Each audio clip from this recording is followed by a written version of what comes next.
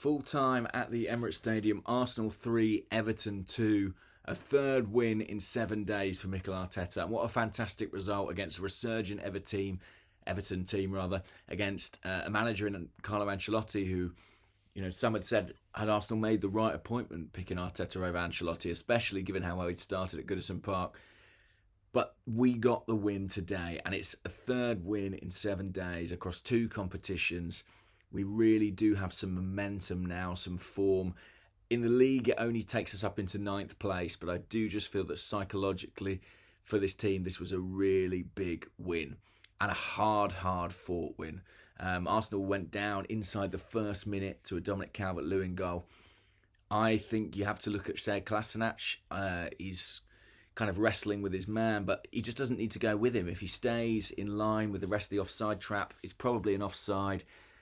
It's probably a free kick to Arsenal. Instead, he goes with his man. The trap's pulled apart.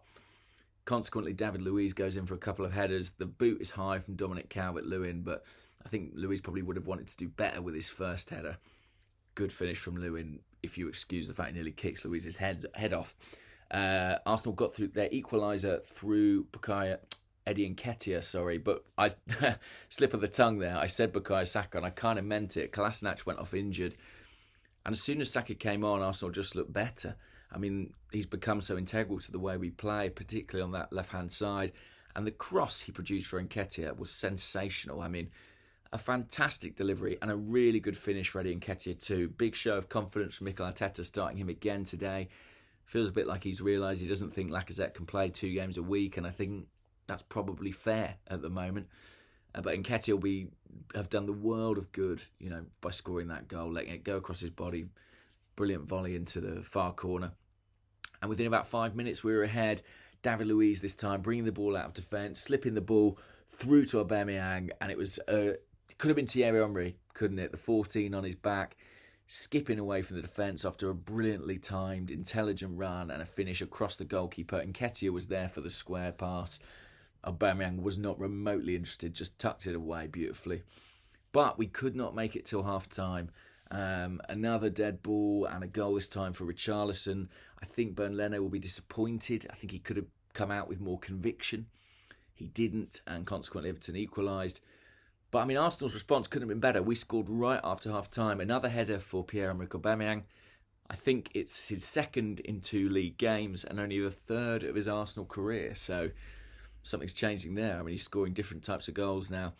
Massive goal this. Pepe from the right-hand side with a good delivery. They've got a great understanding. It was the same combination, wasn't it, in the Premier League last week against Newcastle. Pepe for the head of Aubameyang. 3-2. I'd love to say that we just saw it out then and it was very comfortable, but that's simply not the case. It was a pretty frenetic finale. Everton will be disappointed to leave with nothing. They had 17 shots to our 9. I have to say that it's an interesting sort of facet of Mikel Arteta's reign that we do look better going forward in some respects, but we are still outshot occasionally, or at least we don't have that many shots in a game. Everton really broke on us with regularity. Richarlison was a threat. Calvert-Lewin was a threat. Even Alex Iwobi was quite a threat in the first half. So yeah, we were a little bit more defensively vulnerable than we have been under Arteta. But Everton are a good side and a side in real form. And this was all about getting the result, especially given that we didn't even get back, let's not forget, from Greece until Friday early evening. So we've really not had a lot of preparation time here. I think Arteta's going to be delighted with that. And I've not heard him speak yet, but I imagine we'll hear him talk about the commitment of the players, what they've shown, what they've done.